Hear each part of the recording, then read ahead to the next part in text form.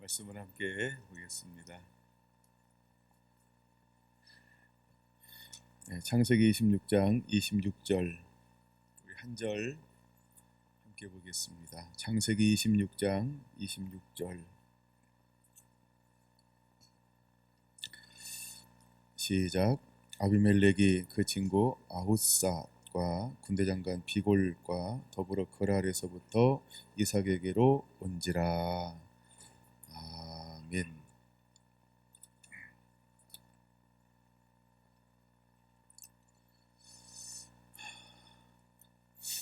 그랄 땅에는 일찍이 하나님께서 아브라함이 내려가 살게 했습니다.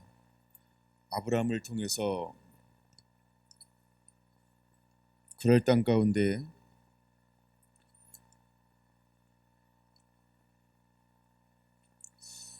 은혜가 넘치는데, 그랄은 어떤 땅인가? 비옥한 땅입니다.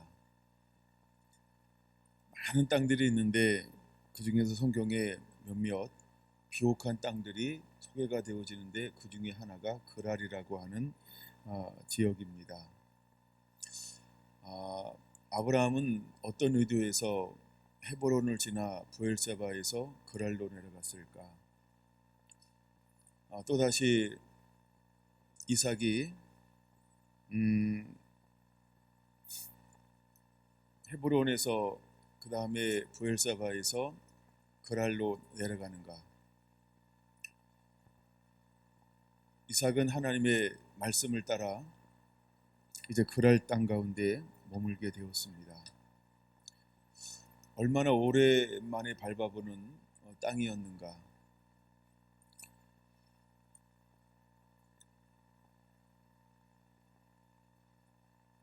이제 아버지의 가업을 물러받고 그리고 수많은 식구들을 이끌고 가뭄을 피해서 그랄로 내려갔을 때의 심정은 전혀 다른 심정이었을 것입니다. 그에게는 그랄 그러면 추억이 있는 땅입니다. 그랄이 이삭에게는 고향이기 때문에 그렇습니다.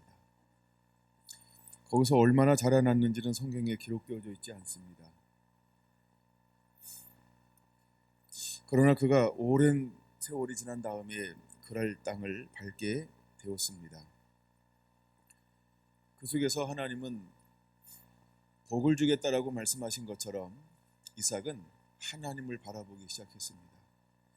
하나님은 그랄 땅 가운데 말씀에 순종하는, 진리 안에 거하고 하나님을 경외하는 이삭의 삶 가운데 복을 내리기 시작했습니다. 그 복이 12장에 이렇게 기록하고 있는 것입니다. 그 땅에서 농사하여, 그 땅은 하나님이 지시하신 땅입니다. 하나님이 가라 한 땅이고 하나님이 머물라 한 그 땅을 말하고 있습니다. 그래서 하나님의 말씀이 임하는 그 땅 가운데서 순종함으로 일반적인 삶을 살아가는 그에게 하나님은 어떻게 한 해의 결실을 맺게 하는가? 하나님은 100배를 주었다라고 말합니다. 100배는 우리가 하나님이 말하는 최고의 축복 중에 하나입니다. 밭의 비유가 있는데 좋은 땅이라고 하는 것은 30배요, 60배요, 100배라고 말씀을 합니다. 그래서 100배를 거두었다라고 하는 것은 우리가 하나님 말씀에 순종할 때 얻을 수 있는 최고의 축복의 상징적 의미이기도 합니다. 이삭은 단순히 농사만 짓는 사람이 아니었고, 그 다음에 양과 소, 염소, 그 위에 많은 낙타와 이런 나귀들을 함께 더불어서 키우는 거부였습니다. 이미 아브라함 것을 많이 물려받았기 때문입니다. 그런데 말씀에 순종할 때 하나님은 1년, 2년, 3년, 4년, 5년, 6년 하나님의 말씀이 머무는 시기 동안 하나님은 그에게 어떻게 하나님이 그와 동행해 주었을까? 한 번도 하나님은 예외 없이 그에게 최고의 축복을 매년마다 거둘 수 있도록 인도해 주었다라고 하는 것입니다. 여러분, 우리에게 특별한 말씀이 임할 때 그 특별한 말씀 안에 머물면 하나님은 우리를 특별하게 인도한다는 것을 기억하시기를 바랍니다. 그래서 여러분, 우리가 위기를 만났다, 그리고 말씀을 따라갈 때 하나님은 그 말씀을 따라가는 동안 계속해서 하나님은 최고의 것으로 우리를 축복해 줄 거라고 하는 것입니다. 그러면 여러분에게 하나 묻고 싶습니다.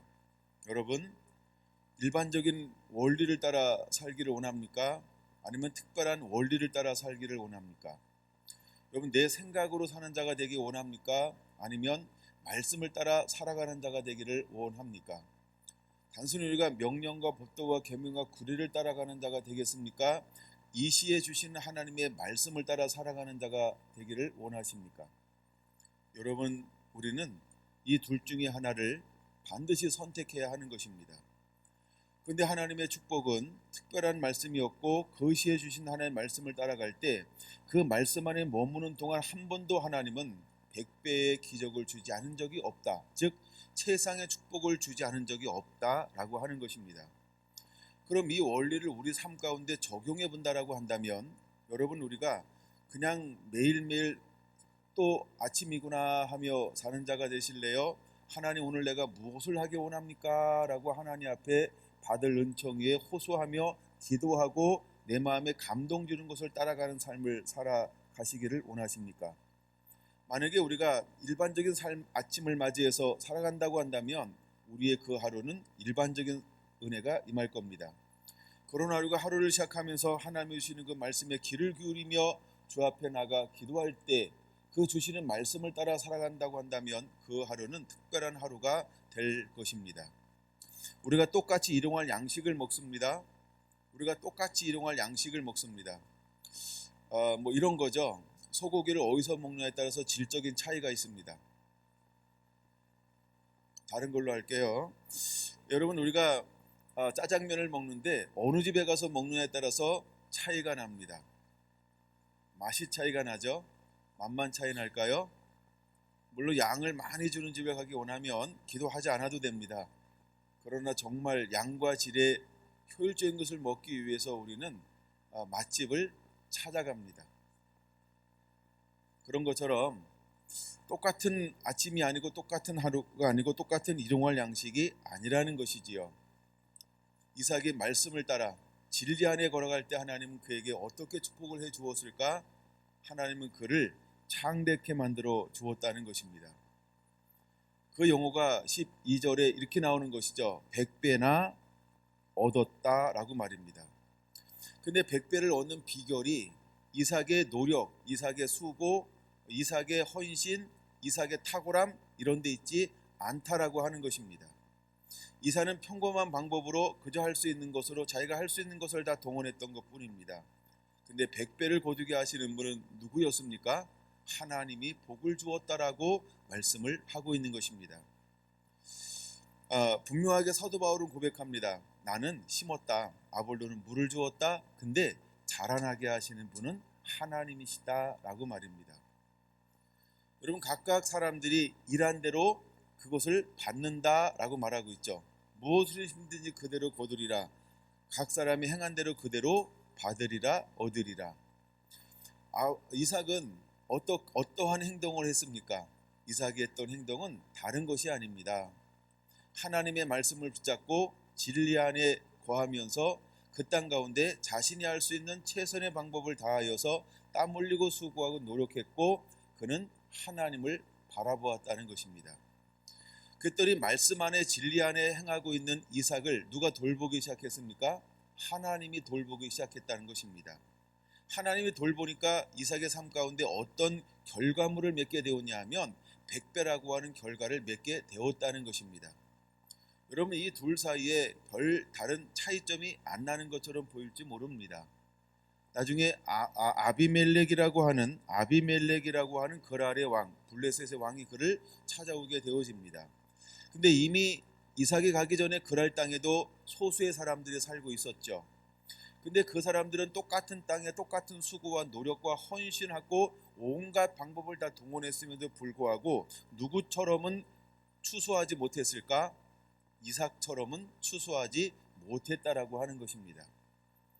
그러면 그 사람들은 농사를 뭐 기농했던 사람일까요?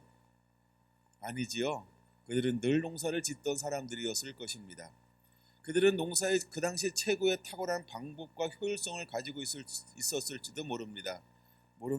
농업센터에 가서 매일매일 새로운 농업을 배우고 또 적용했는지 오늘날처럼. 그러나 그들의 수고와 노력으로는 이삭이 받았던 그러한 어마어마한 땅에서 얻을 수 있는 그런 복을 누리지는 못했다라고 하는 것입니다. 근데 어느 날 이삭이라고 하는 외국인, 이삭이라고 하는 나그네가 그 땅에 왔습니다. 그리고 사건에 의해서 그럴 땅에 왕으로 말미암아 머물 수 있는 이제 허락을 득하게 되어집니다. 그리고 그 땅에서부터 농사를 짓는 동시에 놀랍고 탁월한 일이 일어나기 시작을 했던 것입니다. 그 땅에 농사 지었는데 아무도 몰랐습니다. 거두는 계절이 되었을 때 그는 100배를 거두게 된 것입니다. 또 한 해가 지나갔습니다. 그럴 수도 있지 뭐, 야, 아마 이런 생각을 했을지도 몰라요. 휴경론지에다가 처음으로 농사를 무엇을 심으면 기름진 땅이기 때문에 잘 될 수 있다. 일반적인 원리로 생각했을 것입니다. 두 번째 해에 또 농사를 지었습니다. 세 번째 해에 또 농사를 지었습니다. 놀라운 일이 계속해서 일어나는 것입니다. 자기들은 평범한 것을 거두는데 이삭은 특별한 것을 거두는 것입니다. 여러분, 일반적인 것을 거두는 사람이 특별한 것을 거두는 사람에 대해서 곱지 않은 눈, 곱지 않은 생각을 능히 품을 수 있습니다. 그들은 이삭이 어떻게 농사 짓는가, 어떻게 양을 치고 어떻게 소를 치는가 유심히 정탐꾼을 보내서 어쩌면 살폈는지 모릅니다. 야, 쟤 농사하는 법이 어떻게 하는데 저렇게 거두냐? 가서 알아봐. 예. 그건 어쩌면 몸값을 다하기 위해서 아마 그것을 처음부터 끝까지 다 관찰해서 주인에게 보고했을지 모릅니다. 야, 이삭은 나무를 어떻게 키우는가 한번 조사해봐. 그래서 그 나무를 도대체 어떻게 키우는데, 야, 무화과 맛이 다르냐? 야, 왜 종려나무에서 나오는 열매가 다른 거야? 야, 왜 포도 똑같은 포도인데 왜 저기서 따는 포도가 더 맛있냐? 그 비결 좀 한번 알아봐. 뭐 특별한 비료를 쓰나, 특별한 뭐 농법이 있나? 그래서 아마 사람들을 풀었을지 모릅니다. 자, 또다시 한 해가 지나서 농사를 지었습니다. 정탐꾼들, 그들이 보낸 사람들이 계속 이삭을 주위에서 보았을 것입니다. 별다른 것이 없습니다. 뜨거우면 낮잠 자고 시원하면 움직이고, 꼴이 떨어지면 다른 데로 옮기고 또 거기서 놀고 일반적으로 하는 것밖에 없었습니다. 그런데 추수할 때가 되었습니다. 거둘 때가 되었습니다. 놀라운 일이 벌어지는 것입니다. 똑같은 수고와 노력을 하는데 우리 것은 그저 그렇게 자랍니다. 근데 이삭이 하는 것은 굉장히 풍성해지는 것입니다. 소도 늘어나고 양도 번성을 하고, 이걸 어떻게 막을 길이 없었던 것입니다. 여러분, 하나님이 주시는 복은 사람들이 흉내낸다고 되는 것이 아니라고 하는 것을 분명하게 깨달아야 할 줄로 믿습니다. 원래 젖과 꿀이 흐른 땅이라고 하는 것은 젖과 꿀이 흐르게 되어져 있습니다. 근데 그 땅에 살면서 가나안 족속들은 어떤 걸 누렸을까요? 물론 정탐꾼을 보냈을 때 포도 석유를 2명이 메고 오더라라고 하는 기록이 있기도 합니다. 그러나 그 땅은 누가 그 땅에 들어갔을 때 진짜 효력을 발휘하기 시작할까? 하나님의 사람, 약속의 사람, 언약의 사람, 하나님의 복을 준 사람이 그 땅 가운데서 농사 지을 때 어떤 역사가 일어날까요? 번식하고 증식하는 역사는 그때서야 일어나기 시작한다라고 하는 것입니다. 하나님이 그 땅 가운데 무엇을 숨겨 놓았을까? 그 다음에 하나님은 셈, 그 다음에 시내를 하나님은 그 땅 가운데 이렇게 숨겨 놓았습니다. 근데 셈을 발견한 사람들은 누구였습니까? 블레셋 사람들이 땅을 팠을 때는 우물을 쉽게 얻지 않았습니다. 그러나 말씀을 따라가는 이삭의 사람들이 그 땅 가운데 우물을 팔면 땅을 파면 물이 나왔습니다. 여러분, 이 땅을 판다라고 하는 것은 오늘날도 많은 재정이 투입되어집니다. 그럼 그 시대에는 얼마나 더 많은 수고와 노력과 경제력을 투입해야 우물을 얻을 수 있을까?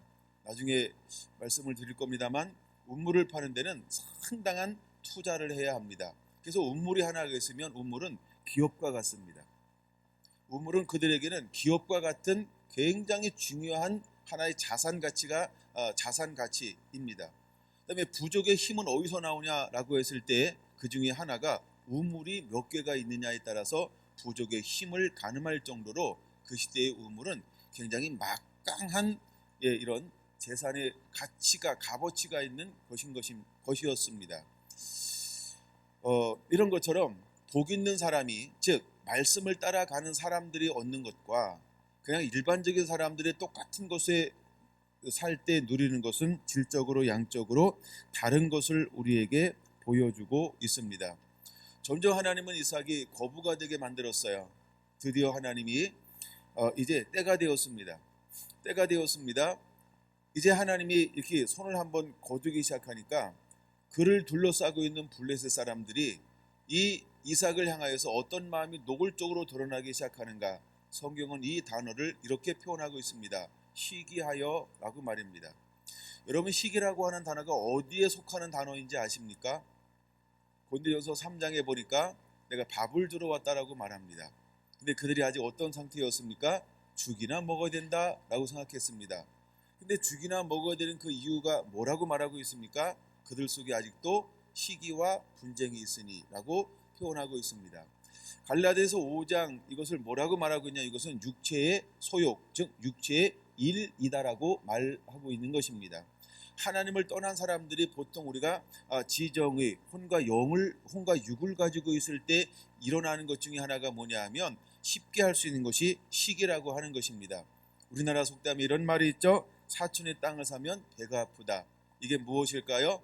시기한다는 겁니다. 이런 것처럼 남이 잘 되는 것을 보고 도리어 시기할 때 하나님 그것을 가려워 버렸습니다. 시기심을 하나님께서 유발시키는 것을 눌렀습니다. 그러나 그가 거부가 될 때까지, 이 말은 하나님의 어떤 그 의도한 것이 때가 차기까지, 이런 의미가 있어요.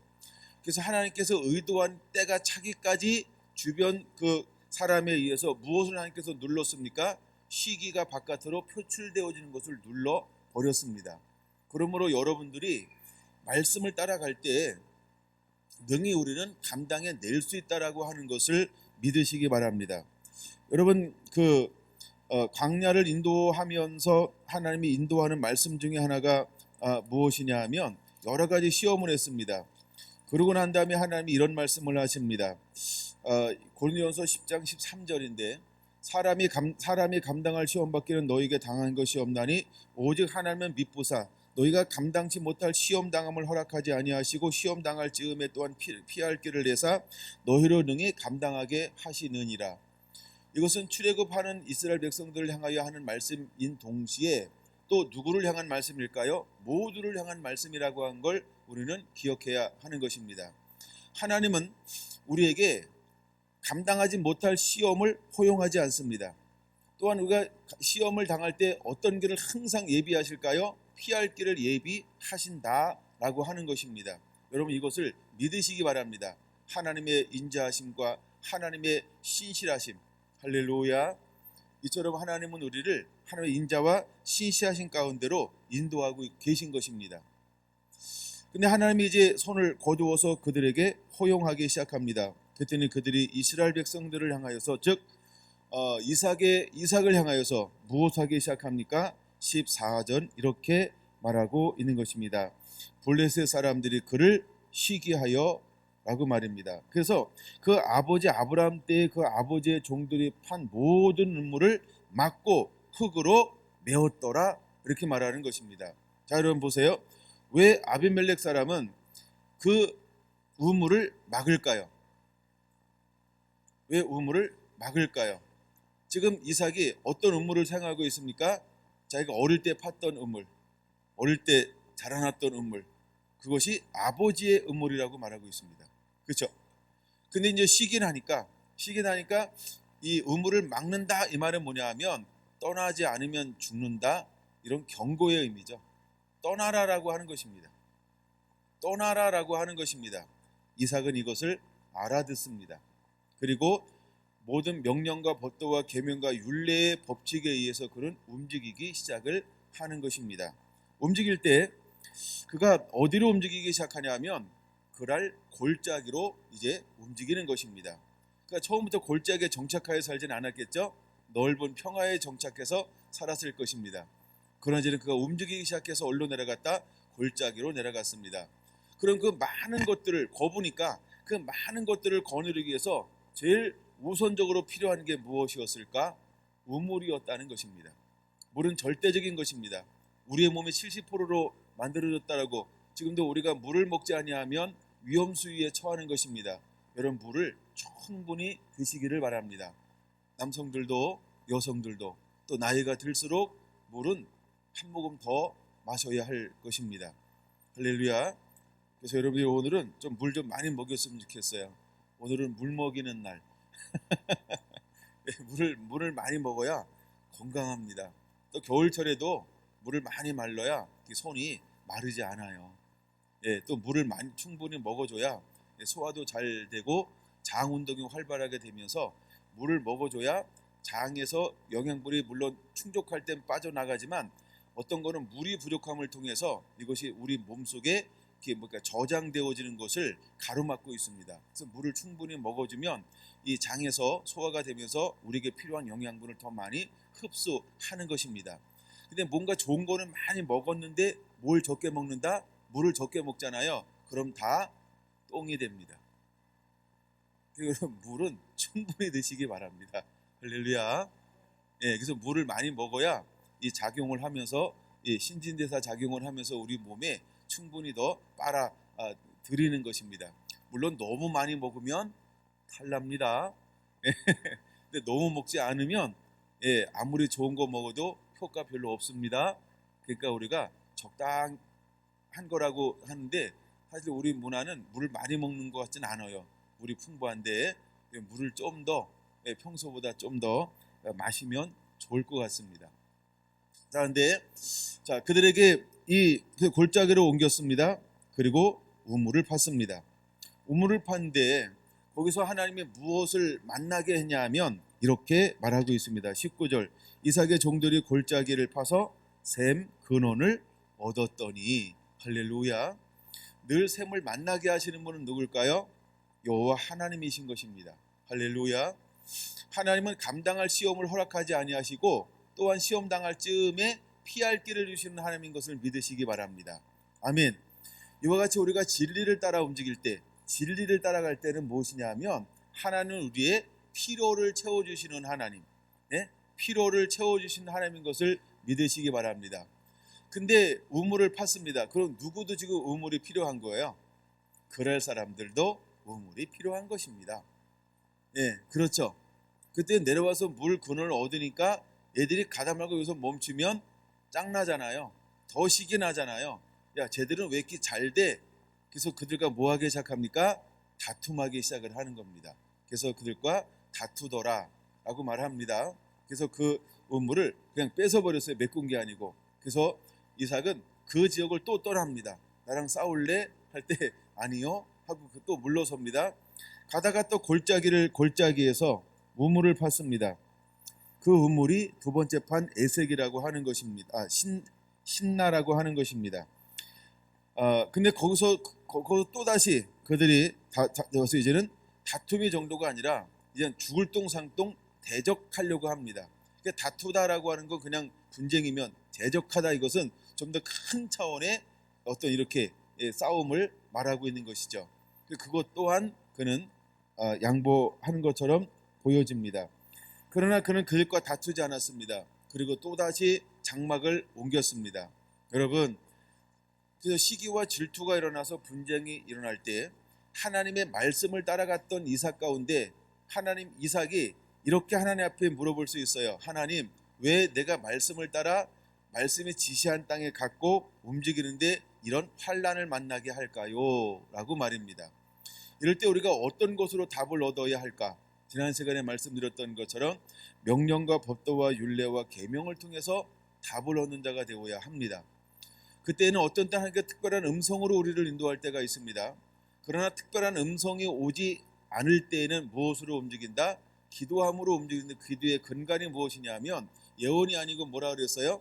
기록된 하나님의 말씀, 그래서 우리가 기록된 하나님의 말씀을 통해서 하나님이 뭐라고 어떻게 하라고 했는지 여기서 지혜를 얻는 자가 되어야 할 줄로 믿습니다. 할렐루야. 그래서 성경은 우리에게 무엇을 보여주는 것이냐 하면 하나님이 어떤 분이시지라고 하는 하나님을 보여주는 것입니다. 여러분들이 말씀에 능통한 자가 되기 원합니다. 매일매일 묵상하는 자가 되기 원합니다. 말씀 안에 머무는 자가 되길 원합니다. 여기에 이스라엘 사람들의 지혜의 근간을 찾아볼 수 있습니다.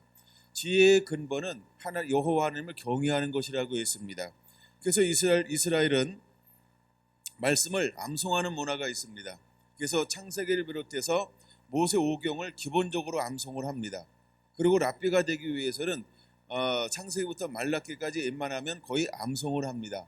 그리고 이 말씀을 가지고 매일매일 강론하고 이 말씀을 가지고 매일매일 하브루타 토론하고 이 말씀을 또 우리가 읊조리면서 이 말씀을 계속해서 되뇌면서 무엇을 얻으려고 합니까? 하나님이 주시는 지혜, 즉 생활과 삶의 일상적인 일에서 일어나는 지혜를 얻는 것입니다.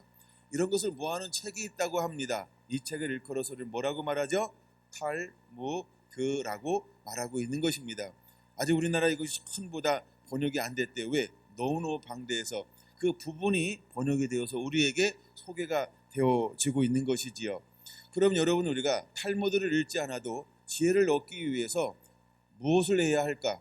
그래서 여러분이 매일매일 말씀을 읽는 자가 되어야 합니다. 말씀을 읽으면서 기도해야 되죠. 주님, 내게 삶의 지혜를 주세요. 삶의 지혜를 주세요. 할렐루야. 그래서 삶의 지혜를 말씀을 통해서 얻는 자가 되기를 예수님의 이름으로 축원합니다. 그래서 저도 성경 읽을 때 순서적으로 읽는 것도 있습니다. 그러나 여기저기 읽습니다. 왜 그렇게 읽을까요?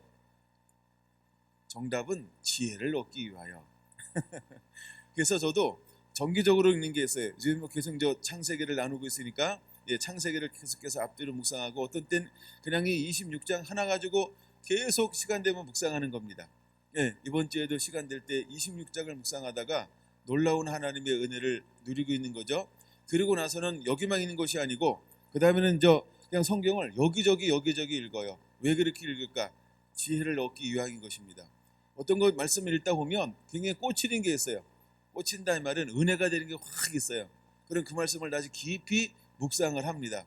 그리고 그것을 기도로 만들어내고 내 영 안에 품으려고 합니다. 저는 요즘에 암송하려고 노력하는 것이 아니고 그 말씀을 계속 반복해서 읽습니다. 그래서 반복해서 읽으면 어떻게 될까요? 익숙해집니다. 익숙하다 보면 어떻게 될까요? 그냥 이렇게 눈에, 머리에, 입에 이게 묻어 나와요. 여러분들도 말씀을 통해서 지혜를 얻는 자가 되기를 예수님의 이름으로 축원을 드립니다. 할렐루야. 자, 이제 이삭이 또다시 옮겼습니다. 그리고 옮기면 뭘 해야 됩니까? 첫째, 장막을 치는 거예요. 장막. 진을 치는 겁니다. 그 다음에 또다시 우물을 팠습니다. 이제 약간 넓은 골짜기를 빠져나와서 약간 넓은 곳으로 나왔습니다. 거기서도 뭘 해야 될까요? 당장 이제 소와 낙이나 양이나 이런 걸 먹이기 위해서 또 사람도 먹기 위해서 절대적으로 필요한 게 무엇일까요? 샘의 근원을 만나는 것입니다. 근데 그들은 무엇하기 시작했습니까? 단순히 샘이라고 하는 것은 히브리어로 아인이라고 말하고 우물은 세바라고 말하는데 그는 아인, 자연적으로 솟아나는 이런 웅덩이나 샘을 찾은 것이 아니고요. 그들은 수고와 노력을 지불하는 우물을 파기 시작했다는 것입니다. 우물을 파기 시작했다라고 하는 것입니다. 근데 하나님은 이삭이 우물을 팔 때마다 무엇을 만나게 했습니까? 샘의 근원을 만나게 하셨다라고 하는 것입니다. 그래서 그 근원을 르호봇이라고 이렇게 이름을 붙였습니다. 근데 그때 거기서 다투지 않았습니다. 그럴 때 이삭은 거기서 하나님 앞에 기도하면서 뭐라고 영광을 돌리냐 하면 이제는 여호와께서 우리를 위하여 넓게 하셨으니 이 땅에서 우리가 번성하리로다라고 하는 이렇게 그의 마음의 소원을 또다시 믿음으로 선포하고 있는 것을 볼 수 있습니다. 그러나 르호봇의 이삭은 머무르지 않았습니다. 거기서 또다시 옮겨갑니다. 옮겨가면서 이제 어디로 올라갔을까? 23절. 이삭이 거기서부터 부엘세바로 올라갔더니, 그럼 거기서부터는 어딜까요? 르호봇을 말하는 것이죠. 그 르호봇 세 번째 음물도 뭐했다는 거예요? 그냥 블레셋 사람들에게 주었다라고 하는 그런 의미가 있는 것이죠. 너희가 무엇으로 심든지 그대로 거두리라 라고 한 이 말씀이 이삭의 삶 가운데 얼마나 그렇게 작동되어지는지 몰라요. 우리가 하나님께 드릴 때 어떻게 드리라고 말하고 있습니까? 하나님은 자원함으로 기쁨으로 하나님께 드리라, 헌신하라라고 말하고 있습니다. 우리가 이웃에게 할 때도 어떤 식으로 이웃에게 나누어 줘야 할까요? 그렇죠?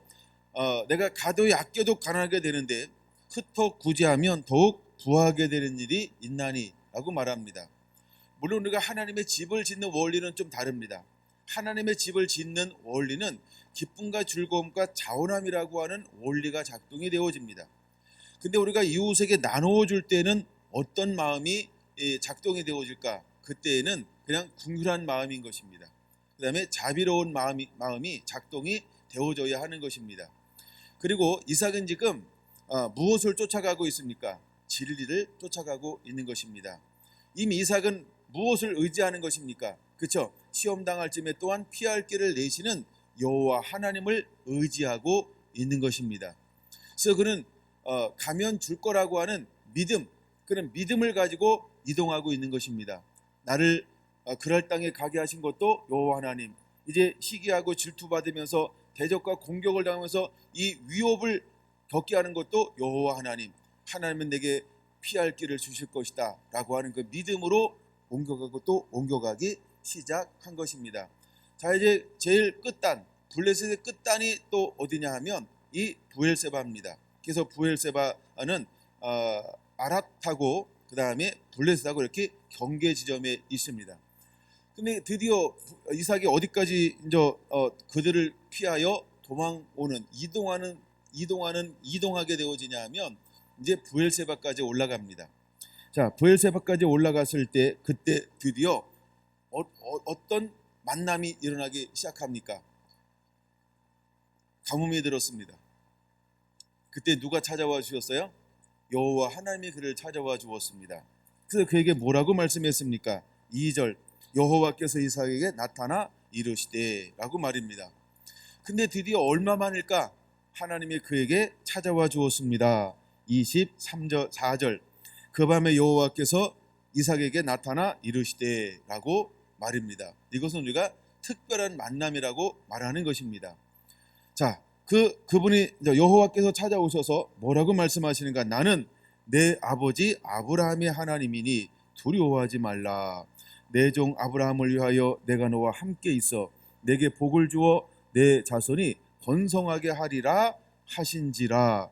할렐루야, 할렐루야, 할렐루야. 여러분 잘 보세요. 자, 3절 다시 한번 볼게요. 3절 보세요.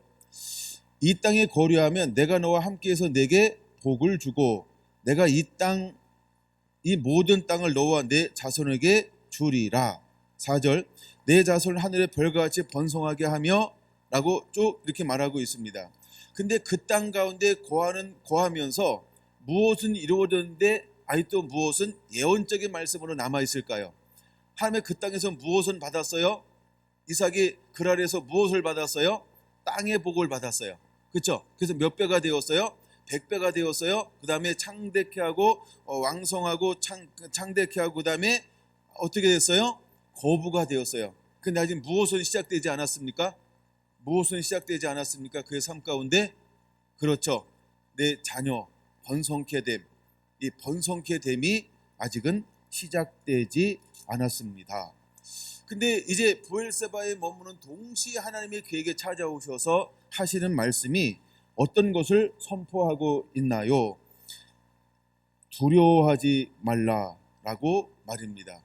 그러면 이 이동하는 가운데 계속해서 이삭은 어떤 믿음을 소유하고 있는 걸까요?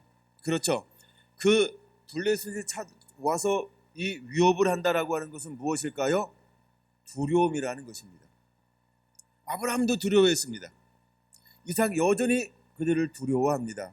근데 놀라운 것은 시험 당할 즈음에 또한 피할 길을 내시는 여호와 하나님. 그러면 그가 이동하면서 처음에 골짜기 그랄골짜기에 머서 우물을 팠다. 근데 또 와서 그를 다투었다. 또 판데 그 와서 대적한다. 또 옮겨왔는데 넓지만은 아직 뭐다? 뭐예요? 그냥 넓은 장소니까 이제 번성하리라라고 하는 것을 믿음으로 선포했습니다. 여러분, 여기서 우리가 무엇이 하나 이렇게 마음에 딱 와닿는 게 없나요? 여러분, 우리가 믿음을 선포하는 것이 얼마나 중요한지를 보여주고 있는 장면 중에 하나를 여러분들이 깨달았으면 좋을 것 같아요. 세 번째 와서야 드디어 이삭은 무엇을 선포합니까? 믿음을 선포합니다. 하나님이 우리를 번성케 하리라. 이제는 이라고 말입니다. 그런데 이제는 이라고 할 때 이삭은 어떤 상황을 만나니까 믿음을 선포합니까? 다툼이 끝이니까 이제는 이라고 믿음을 선포합니다. 그럼 우리가 좀 더 빠를 수는 없을까? 이제 오늘날 우리가 살아갈 때 오늘은 이삭처럼 세 번째가 아니고 첫 번째, 그때 이제는 하나님이 우리를 번성케 하리라고 하는 그 하나님의 언약의 말씀을 믿음으로 풀어놓으면 안 될까? 하나님은 오늘 우리에게 이것을 배우게 할 겁니다. 여러분, 우리는 믿음으로 먼저 이걸 풀어놓는 자가 되기를 원합니다. 풀어놓고 그 다음에 또다시 그는 거기 머무르는 것이 아니고 어떻게 했습니까? 또다시 이동합니다. 이동하는 이유 중에 하나가 내면에 어떤 것이 있나요? 두려움이라고 하는 것이 여전히 있다는 것입니다. 그러나 그는 두려움이 있는 동시에 또한 무엇을 붙잡았습니까? 그는 두려움을 붙잡고 두려움에 초점을 맞춘 것이 아니고 시험 당할 즈음에 또한 피할 길을 내시고 내 걸음을 인도하시는 여호와 하나님을 바라보고 있다는 것입니다. 그리고 그는 또다시 어디로 옮겼습니까? 브엘세바로 장막터를 옮기는 것입니다. 그때 하나님은 거기서 그를 만나주시고 있습니다. 그게 오셔서 이렇게 말합니다.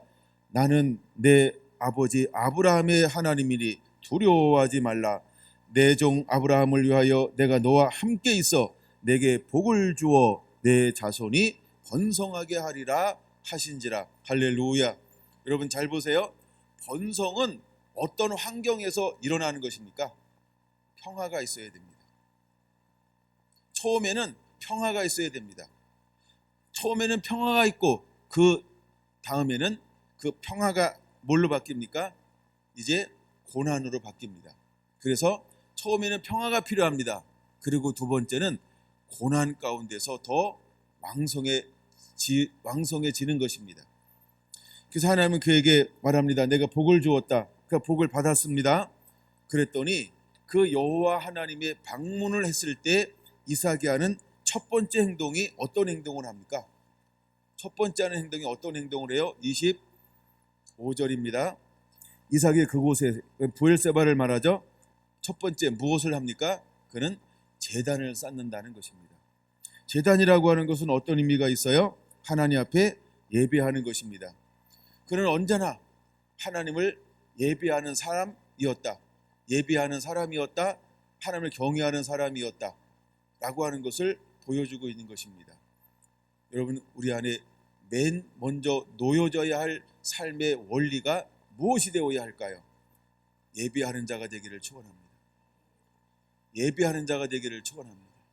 이삭은요, 맨 처음에 하는 것이 무엇이냐 하면 예배하는 자였다는 것입니다. 예배하는 자였다는 것입니다. 여러분들도 매일매일 오늘 집을 나서기 전 기도했나요 하는 것처럼 첫 자리에 하나님을 인정하시고 여러분의 삶 가운데 그대로 주인으로 모시기를 바랍니다. 예배에 승리한 자가 되기를 축원합니다. 아브라함의 삶 가운데서도 우리가 무엇을 엿볼 수 있나요? 창세기 12장 7절이라든가 13장 18절에 그런 어떤 삶을 살아내고 있습니까? 옮겨 장막을 치는 것들마다 그가 했던 일은 제단을 쌓는 일을 하고 있는 것을 볼 수 있습니다. 그러므로 우리가 아브라함과 이삭과 야곱을 통해서 배울 수 있는 것 중에 하나, 단을 쌓는, 즉 예배하는 삶을 우리가 배워야 할 줄로 믿습니다. 한번 우리 잠언 3장을 한번 볼까요? 우리 아이들이 다 외운 잠언 3장. 잠언 3장 6절 먼저 볼게요. 너는 범사의 그를 인정하라. 그리하면 내 길을 지도하시리라 라고 말씀을 하고 있습니다. 우리가 해야 되는 것 중에 하나가 뭐라고요? 범사 여호와를 인정하라는 것입니다. 제단을 쌓는다라고 하는 것은 무엇일까요? 예, 그것은 하나님을 인정하는 행위라고 하는 겁니다. 다시 1절로 올라가 보겠습니다. 내 아들아 나의 법을 잊어버리지 말고 내 마음으로 나의 명령을 지키라. 그리하면 그것이 내게 장수하여 많은 해를 누리게 하며 평강을 더하게 하시리라. 두 번째, 인자와 진리가 네게서 떠나지 말게 하고 그것을 내 목에 매며 내 마음판에 새기라. 그리하면 내가 하나님과 사람 앞에서 은총과 귀중히 여김을 받으리라 라고 말합니다. 그리고 세 번째입니다. 너는 마음을 다하여 여호와를 신뢰하고 내 명체를 의지하지 말라. 너는 범사의 그를 인정하라. 그리하면 내 길을 지도하시리라 라고 말합니다. 네 번째 주제죠. 스스로 죄롭게 여기지 말지어다. 여호와를 경외하며 악을 떠날지어다. 이것이 내 몸에 양약이 되어 내 골수를 윤택하게 하리라 라고 말입니다. 다섯 번째죠. 내 재물과 내 소산물의 처음 익은 열매로 여호와를 공경하라. 그리하면 내 창고가 가득히 차고 내 포도즙 틀에서 새 포도즙이 넘치리라. 그래서 그리하면이라는 단어와 그 다음에 하나가 그것을 그러면 그리하면 이런 단어를 중심으로 해서 이걸 5개로 한번 나누어 보았습니다. 하나님은 우리에게 어떻게 하기를 원하고 있나요? 먼저 여호와를 인정하는 자가 되기를 원하고 있는 것입니다. 그러면 하나님이 우리의 길을 인도하시겠다라고 말씀을 하고 있습니다. 그 다음에 9절, 내 재물과 내 소산물의 처음 익은 열매로 여호와를 공경하라. 그리하면 창고가 가득히 차고 내 포도주 틀에 새 포도주가 넘치리라 라고 말하고 있습니다. 여러분, 우리의 삶의 우선순위에 어떤 것을 가져야 될까? 잠언 3장에서 3장 1절에서 10절에 나오는 이 5가지의 원리를 여러분들이 묵상하면서 이것이 여러분의 삶 가운데 그렇게 주어지도록 믿음으로 땡기시기를 바랍니다. 믿음으로 취하시기를 바랍니다. 이것이 우리 삶 가운데, 우리 자녀들 삶 가운데 그대로 이루어지는 그 말씀이 되기를 예수님의 이름으로 축원을 드립니다. 그 다음에 이제 다시 26장 25절로 돌아오면 이삭이 하는 두 번째 행동은 무엇이냐 하면, 언제나 그랬던 것처럼 그는 거기서 여호와의 이름을 부르며 거기에 장막을 쳤더니 라고 말하고 있습니다. 여러분, 우리에게 장막이라고 하는 것은 무엇을 말합니까? 이 삶의 터전을 말하는 것이죠. 삶의 터전. 여러분, 우리는 이렇게 봐야 돼요. 우리가 하나님과 관계에서만 우리가 성공하는 것이 아니고 우리가 이 땅에서 장막을 치고 사는 것을 원합니다. 장막을 친다라고 하는 것은 무엇을 필요로 하는 것입니까? 의식주를 필요로 하는 것입니다. 근데 우리가 먼저 하나님의 말씀을 따라갑니다. 그리고 두 번째 이루어지는 것이 뭐냐면 장막입니다. 장막은 뭐냐면 의식주를 말합니다. 우리가 진리를 따라가고 먼저 예배하면, 두 번째 장막을 치면 하나님께서 우리에게 무엇을 공급하고 채워주시는 분인가요? 우리가 마태복음 6장으로 한번 보려고 합니다. 마태복음 6장으로 좀 보겠습니다. 마태복음 6장, 주님은 우리에게 무엇을 하라고 말씀하고 있는가? 11절 한번 볼까요? 시작. 오늘 우리에게 일용할 양식을 주옵시고. 하나님은 우리에게 무엇을 채워주시는 분입니까? 우리의 일용할 양식을 채워주시는 분인 것을 볼 수 있습니다. 장막을 쳤다라고 하는 것은 뭐냐 하면, 하나님께서 우리의 이삭의 삶에 의식주를 뭐 하신다? 돌보시고 채우시고 먹이신다. 하나님이 돌보시고 하나님이 채워주시고 하나님이 공급해 주시겠다라고 하는 의미인 것입니다. 그러면 이삭에게 어떤 삶을 살 때 이런 일이 일어나고 있습니까? 진리를 따라 살아갈 때. 할렐루야. 그래서 여러분, 우리도 먼저는 뭐냐면 진리를 따라 살아가는 것입니다. 그래서 제일 먼저 하는 게 무엇이 되어야 할까? 단을 쌓는 것이라는 거예요. 근데 두 번째가 뭐라고요? 장막을 치는 거라는 거예요. 단이라고 하는 건 예배가 우선이고, 그 다음에 장막이라고 하는 것은 뭐냐 하면 의식주라고 하는 건데, 하나님이 이것을 어떻게 하겠다? 공급해 주시겠다라고 말하고 있는 것입니다. 25절 한번 보겠습니다.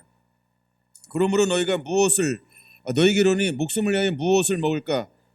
몸을 위하여 무엇을 마실까? 염려하지 말라. 목숨이 음식보다 중하지 아니하며 몸이 의복보다 중하지 아니하냐. 공중의 새를 보라. 심지도 않고 거두지도 않고 창고에 모아들이도 아니하되 너희 하늘 아버지께서 기르시나니 너희는 이것들보다 귀하지 아니하느냐. 너희 중에 누가 염려함으로 그 길을 한 자라도 더할 수 있겠느냐?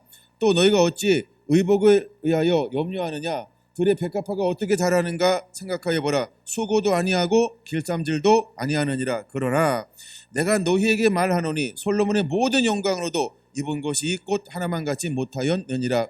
오늘 있다가 내일 아궁이에 던져지는 들풀도 하나님이 이렇게 입히시거든. 하물며 너희일까 보냐? 믿음이 적은 자들아. 그러므로 염려하여 이르기를 무엇을 먹을까 무엇을 마실까 무엇을 입을까 하지 말라. 이는 다 이방인들이 구하는 것이라. 너희 하늘 아버지께서 이 모든 것이 너희에게 있어야 할 줄을 아시느니라. 할렐루야. 장막을 쳤다라고 하는 게 뭘까요? 무엇을 먹을까 마실까 입을까를 필요한 것을 누가 아신다고요? 하나님이 아십니다. 그래서 장막을 쳤을 때 그걸 누가 공급해 주고 있는 것입니까? 하나님이 그에게 전부 공급해 주신다라고 하는 것입니다. 여러분, 이 말씀 속에서 무엇이 작동되고 있을까? 창세기 1장 28절 여전히 이삭의 삶 가운데 따라다니는 걸 볼 수 있습니다. 뭐요? 생육하고 번성하여 땅에 충만하며 만물을 다스리라 라고 말입니다. 그래서 하나님은 장막을 쳤을 때 이삭에게 어떤 보호함, 어떤 하나님의 은총을 베풀어 줄까요? 그렇죠? 모든 필요가 채워지는 이런 은혜를 하나님이 공급해 준다라고 하는 것입니다. 이제 우리가 두 번째 하는 것처럼 장막을 치는 자가 되시기를 바랍니다. 할렐루야, 할렐루야. 근데 이제 세 번째, 거기서도 창세기 26장 25절 세 번째, 그는 거기서도 무엇을 하나요? 이삭의 종들이 거기서도 우물을 팠더라 라고 말하고 있습니다. 거기서 무엇을 팠다고요? 우물을 팠습니다. 자, 처음에는 에색, 두 번째는 신나, 세 번째는 르호봇, 세 번째는 부엘세바라고 하는 세 번째 우물을 파게 되어지는 것을 볼 수 있습니다. 왜 하나님은 거기서도 또다시 이삭을 통해서 우물을 파게 할까요? 왜 하나님이 그에게 우물을 파게 할까요? 그렇죠? 그 모든 것들을 공급하는 데 있어서 하나님은 그에게 나는 생수의 근원이다 라고 하는 것을 보여주고 있는 것입니다. 이 부분은 오후에 더 말씀을 나눌 것입니다. 하나님이 에덴 동산을 만드시고 하신 것 중에 하나가 뭘까요? 강의 근원지를 만들었다는 것입니다. 그래서 네 강이 흘러나가게 만들었어요. 하나님이 가나안 땅에 들어가라고 말하면서 옥토의 첫 번째 조건을 무엇이라고 말씀하고 있습니까? 시내와 분정과 샘이 흐르는 땅으로 내가 너를 인도하겠다라고 말하고 있습니다. 그럼 이제 하나님께서 우리에게 영적으로도 하나님 우리의 무엇이 되어준다고 말씀하고 있습니까? 예레미야 5장 나는 생수의 근원이다. 생수의 근원이라고 말하고 있습니다. 요한복음 4장 내가 주는 물을 먹는 자는 영원히 목마르지 아니할 것이다. 영생하도록 샘이 솟아나게 될 것이다 라고 말합니다. 자, 에스겔서 36장 47장이나 그 다음에 요한계시록 22장에 예수님은 자기 자신을 뭐라고 말씀하고 있습니까? 그렇죠? 하나님과 어린 양의 근원으로부터 무엇이 흘러나온다고요? 생명수의 강이 흘러나오고 있음을 보여주고 있는 것입니다. 여러분, 우물은 우리에게 무엇을 보여주는 상징일까요? 하나님의 성령입니다. 하나님의 공급함을 말합니다. 그래서 무엇이 나올까요? 하나님의 생명이 나오는 것입니다. 그래서 우리의 몸은 흙으로 만들었습니다. 근데 우리의 대부분은 피가 생명이라고 말합니다. 근데 이것은 무엇으로 주로 이루어졌을까요? 영양분과 물로 이루어졌다는 것입니다. 그래서 하나님은 이삭이 가는 곳들마다 무엇을 얻게 했습니까? 물의 근원을 얻게 했습니다. 근데 물의 근원을 얻게 하는데, 자, 이제 부엘이라고 하는 이 우물을 몇 개나 파게 했습니까? 세바는 7개라고 그랬는데 세바 이 우물을 몇 개 얻게 했습니까? 7개의 우물을 얻게 했습니다. 7이라고 하는 것은 숫자로 말하면 완전의 숫자라고 하는 것이죠. 하나님께서 우리의 뭐가 되어주시겠다? 생수의 근원이 되어주시겠다라고 하는 것을 누굴 통하여 보여주고 있는 것입니까? 네, 이삭을 통하여 우리에게 보여주고자 하는 것입니다. 이제 우리 성결한 성도 한 분 한 분들이 이 땅을 살아가면서 어떤 삶을 살아가는 자가 되어야 할까? 여러분, 정말로 이제 생명을 잃어버린 자에게 생명을 나누어주는 생수의 근원이 되는 역사, 그런 하나님의 사람으로 살아가게 되기를 예수님의 이름으로 축원을 드립니다.